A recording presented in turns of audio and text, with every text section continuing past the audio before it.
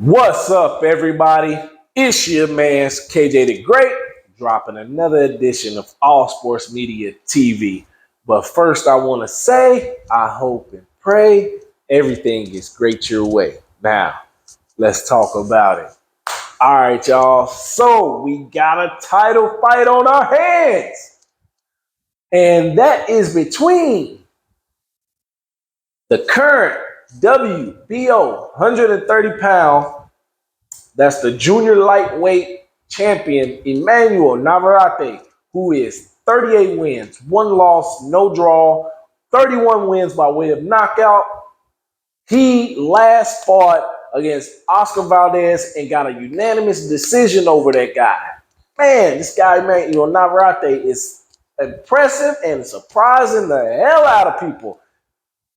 I watched his last few fights, man. This guy is he's got some things. Now he'll be taking on the 2016 Olympic gold medalist out of Brazil, Robson Conceicao, who is 17 wins, 2 losses, no draws, 8 wins coming by way of knockout. This will be his 3rd shot at a title,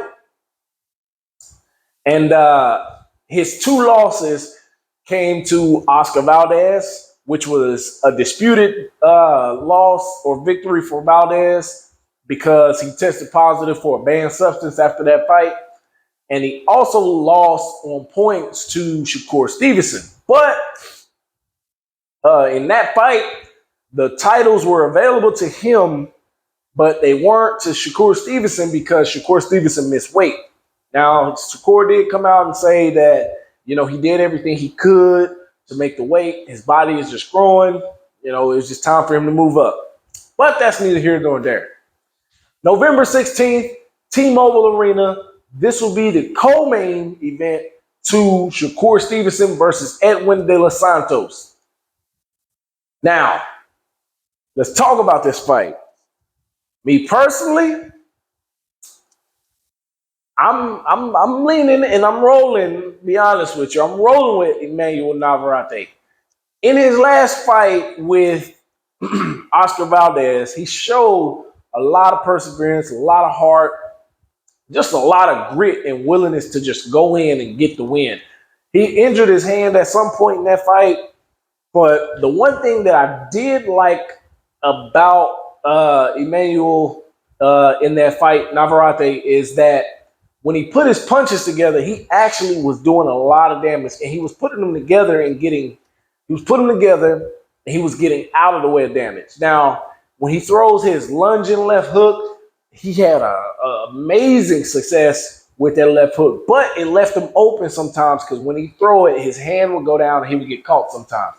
He did get caught and it looked slightly tagged, or some people would call it hurt. In that fight with Valdez, but ultimately Valdez took a lot of damage. I wouldn't say overwhelmingly a lot of punishment because it could have got stopped, but he definitely showed, just like I said, a lot of heart, a lot of grit. He stood in and he traded. He would use his jab to back Valdez up to the ropes, and that's where he would put his punches together. Just a powerful, just a 1-2, 1-2, and then left hook.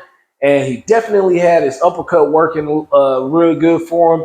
So overall, I'm going to take Emanuel Navarrete to win this fight, and I'm going to take him to win this fight by knockout. And a lot of people were asking me about this today, and they're like, man, really? Why about knockout? He's fighting a gold medalist, this and that and that. I'm just saying, boom, boom, boom. I'm like, okay, well, let's look at it. Robson Conceicao lost to Valdez. Emanuel Navarrete beat Valdez. I would say because of the injury, the fight looked a little bit better that Navarrete fought against Valdez. But when he fought SHAKUR Stevenson, which a lot of people would say is like a class up, you know, you can say that. That's fine. That's fair.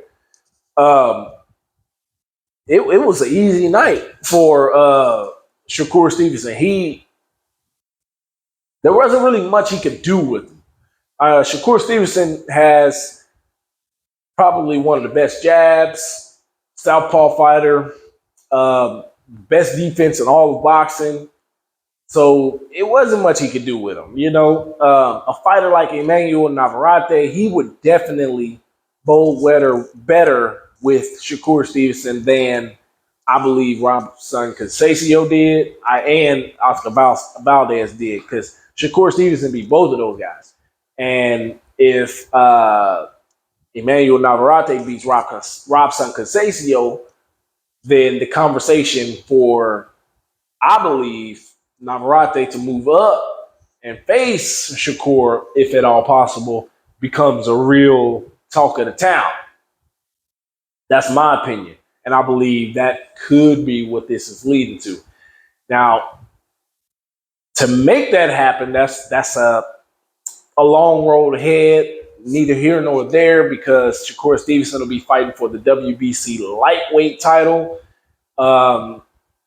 And yeah, that's just it. You guys know how this whole ordeal is going with all these sanctioning bodies right now. These guys, they're just, anybody's challenging, somebody's backing out, whatever. But we're not gonna get into all that right now. But this is gonna be a great fight, I believe. You can call it a great fight. I'm gonna say Navarrete gets the job done inside of 9 rounds, ultimately, and I say he may move up after this fight. We don't know. We're going to see. But that's all I got for you guys. Make sure you hit that like button. Drop a comment in the comment section. Let me know what you guys think.